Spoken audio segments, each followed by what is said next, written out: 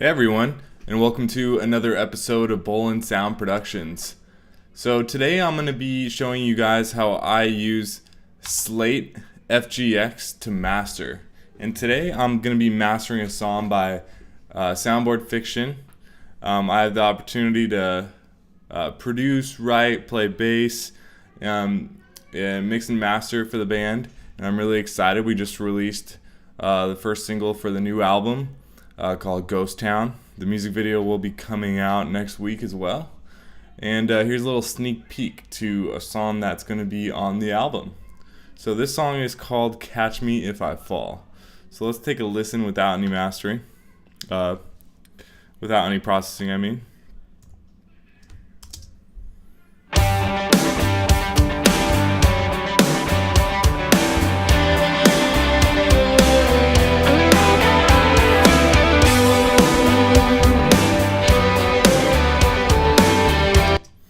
So it's a pretty cool song, and Katrina's voice sounds great on it. The doors, the devil's on the shore.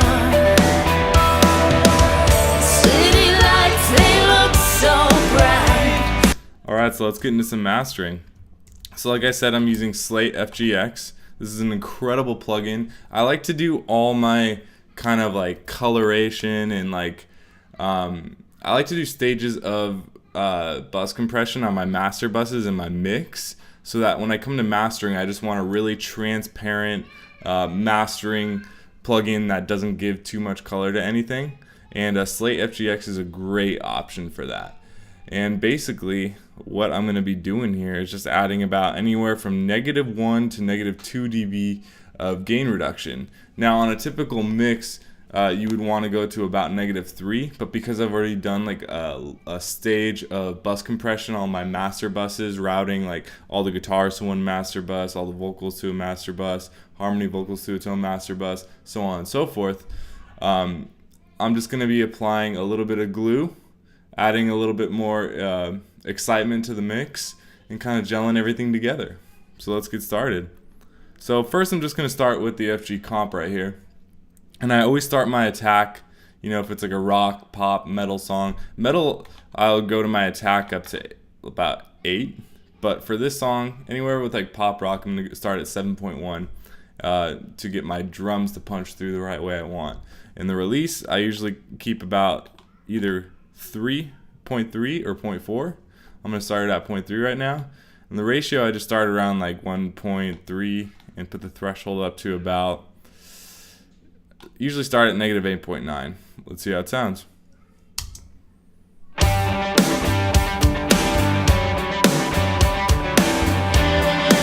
So as you can see, it sounds, you know, pretty good. Not much difference from before. So I'm going to crank the ratio up.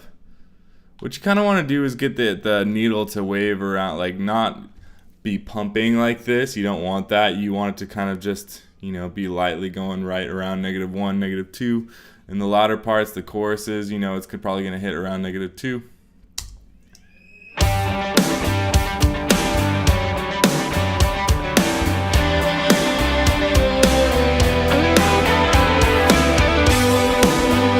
Did you hear that glue that just happened right there? That's what we're going for.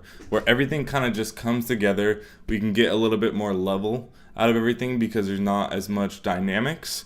Now, we're not trying to kill the dynamics. This is a very, very specific place that we're trying to get to with this, so that we don't kill dynamics, but everything's glued together in this really nice way.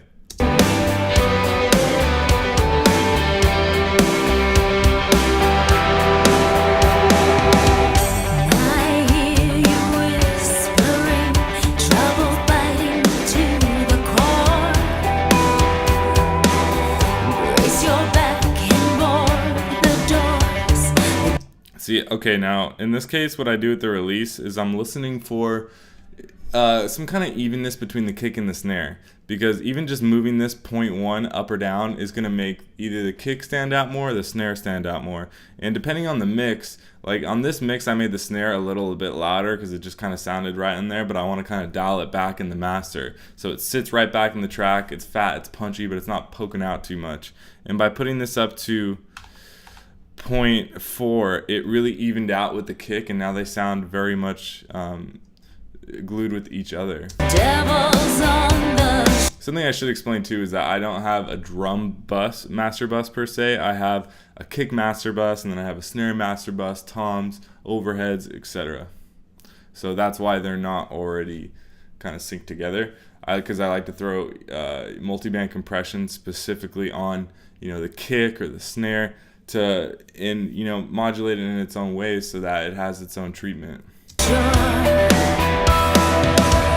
city lights, they look so bright, like pretty boys that smile, running fast against the wind. You run with all your might. I'm staring at the edge. Half of me is gone, looking for a place to call my own. I need to fly away, just too proud to stay. I only hope you catch me if I fall. So this thing's really sensitive, as you can see with the threshold, as I just added 0.2 more threshold. It added just a little bit more glue, and that's what we want.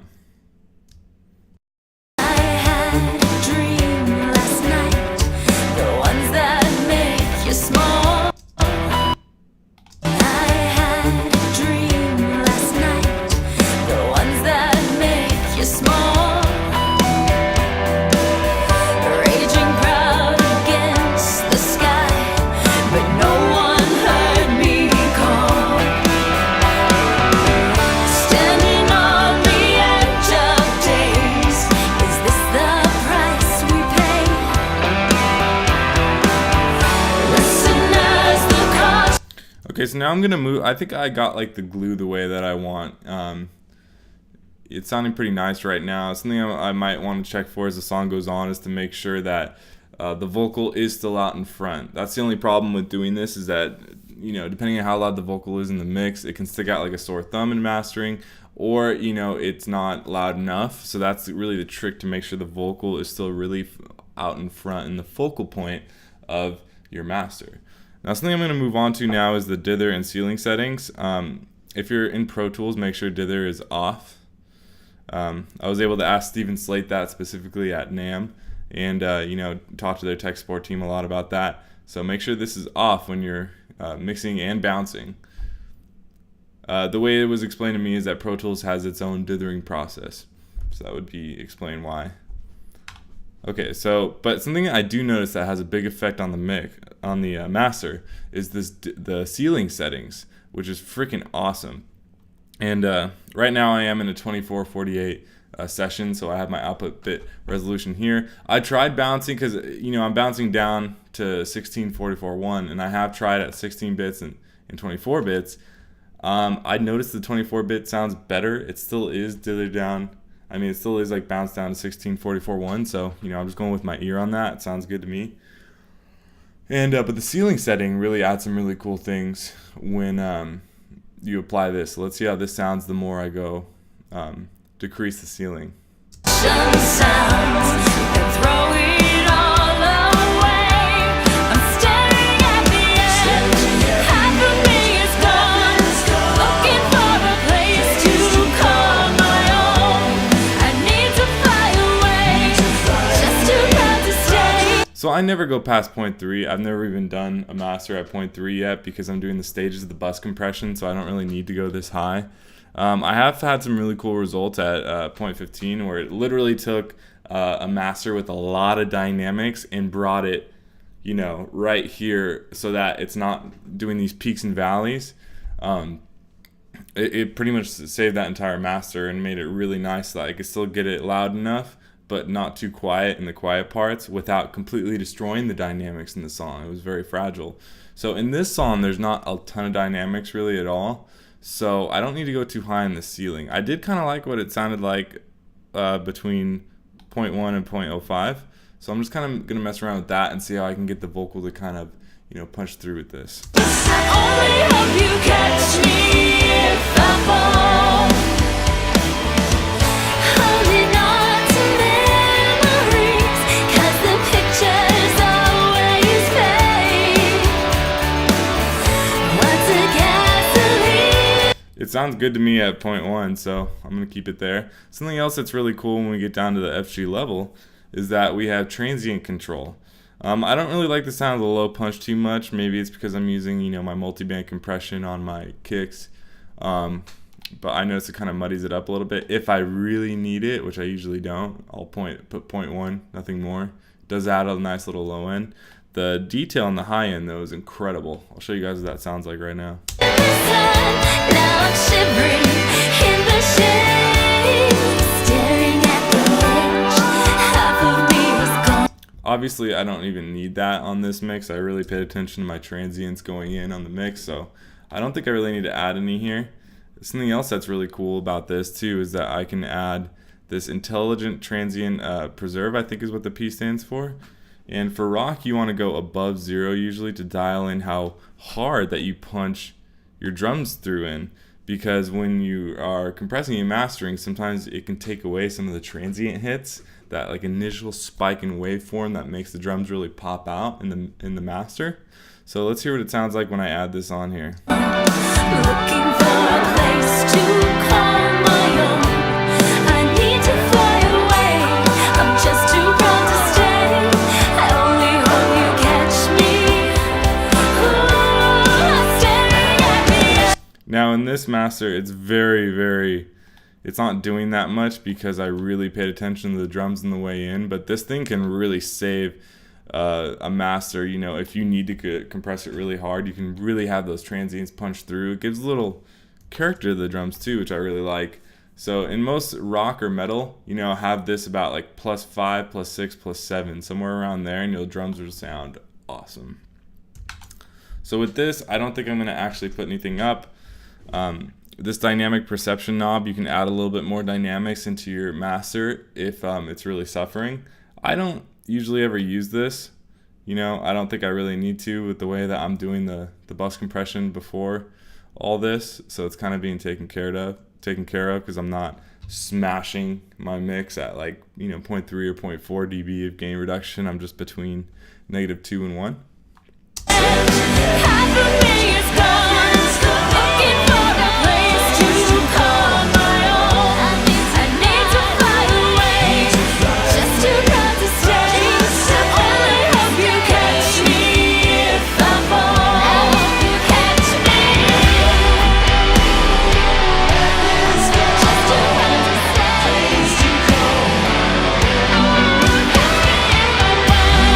Something that's cool about this is you have an A and a B, and you can send your settings to the B to try something new, which I just did right here. So you just click that and it'll send back to A. But in this case, I want to try what it sounds like with the ratio just a little bit higher. Right now I'm at 1.6. I might need a little more glue, so let's try 1.7. Dreamless shade, staring at the ledge. Half of me is gone. Looking for a place to call my own. I need to fly away. I'm just too proud to stay. I only hope you catch me. Ooh, staring at the edge. Half of me is gone.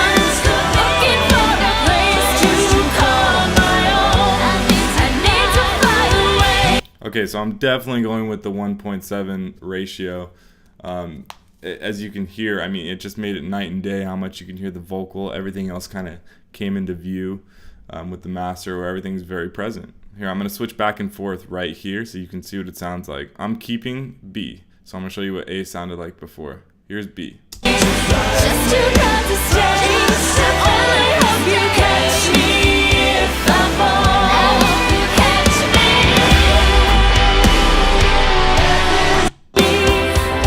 Ooh, staring at the edge. Half of me is gone. Looking for a place to call my own. I need to fly away. So it just adds that little extra bit of excitement. When you're mastering, you're not looking for crazy over the top things. It's all about the subtleties. Can you push something 0.1 to add that much more excitement to the song? This is really the last 5 to 10% that can take a mix to a master to just a whole different place, which to add that little special extra magic.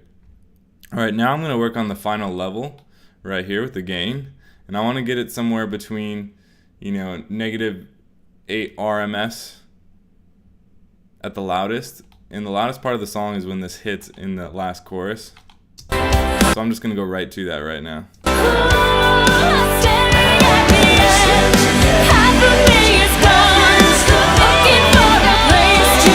Actually, the outro has the big 808 hit.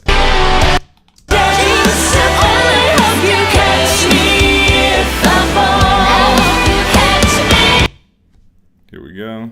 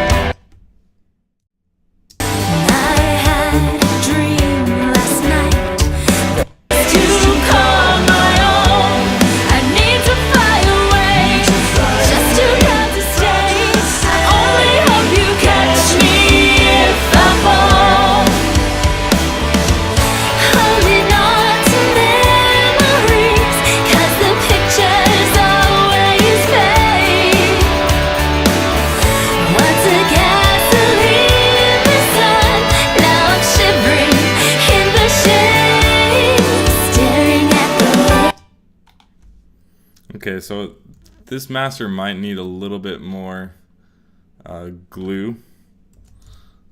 Just a little bit more, because the levels between the verses and the choruses are about 2 dB apart, and I don't want that. At the most, I maybe want like 1 dB and a half or something like that.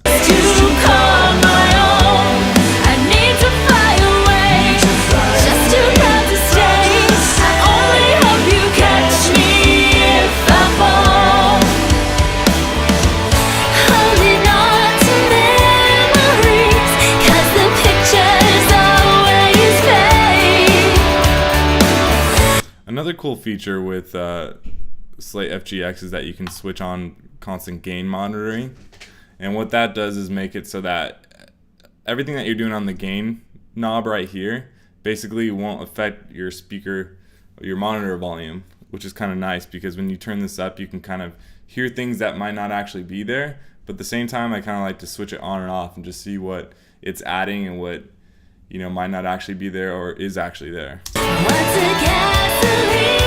So I don't know if you guys can hear this when I switch this on and off, but it's kind of a nice little feature to have. Just quick tip, make sure that this is turned off when you bounce your master.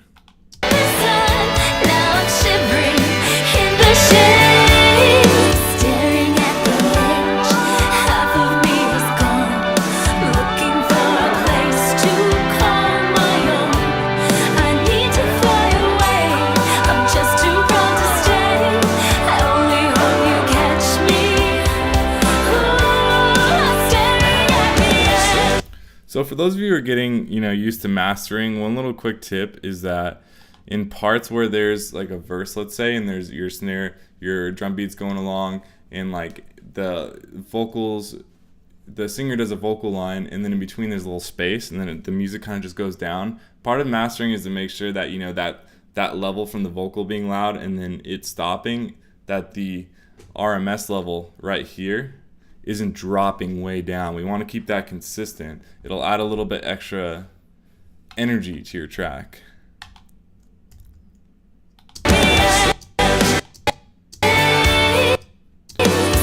So check this out right here on the bridge, how my volume's not going down too dramatically when she stops singing.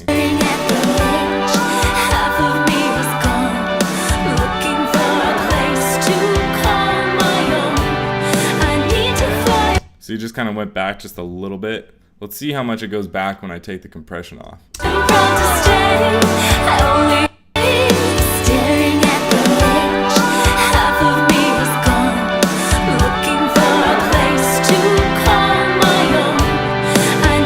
See how much it drops right there? It drops about almost 2 dB without any compression on it.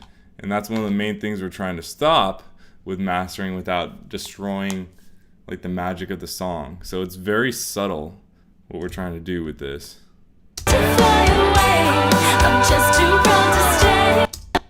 Just against the wind, you run with all your might.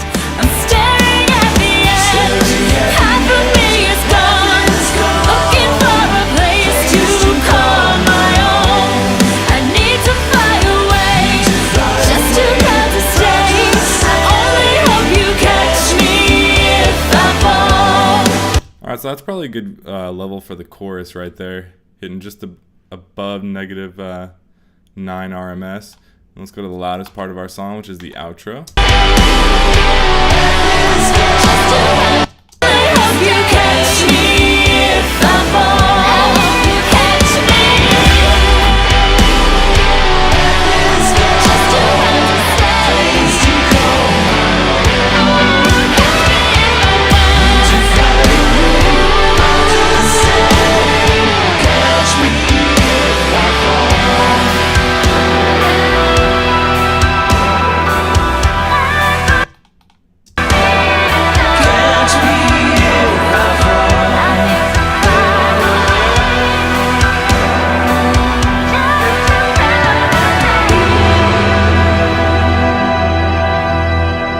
Alright, I think we're really close to our final level right here.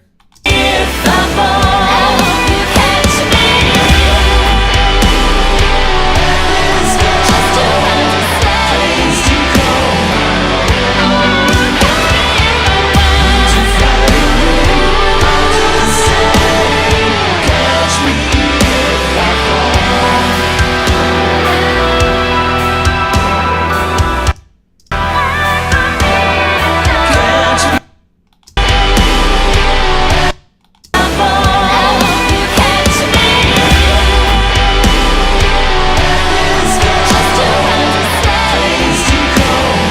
Alright, and we are good. So we just want to make sure that, that's not peaking too hard there. When I have my 808s that hit, they just hit for a short period of time. If it goes up to like negative 6.9 or 6.8, some people will say that's a total no-no. But I do it and you don't actually hear any distortion or peaking in the end result. And, the rest of the song isn't there the whole time. If it was, you might hear some distortion, but it's just for a quick second. And this is on like a negative 3-second like delay or something like that, where the level hits and it takes a while to get back anyway, so it's not like it's staying there the entire time. But yeah, that's about it. Make sure constant gain monitoring is off. Okay, everything looks good, and we're ready to bounce our master. Awesome. Well, thanks guys. I really hope that you guys enjoyed this video. One last thing before I stop, in case anyone asked this: when you're bouncing, make sure you bounce down to 1644.1, because that's what's needed for CD or uploading to your digital distribution and all that, all your online platforms. And yeah, that's basically it. Well, thanks guys for watching. If you like this video, make sure to leave me a comment. Yeah, please subscribe to my YouTube channel. And yeah, I'll see you guys next time. Thanks for watching.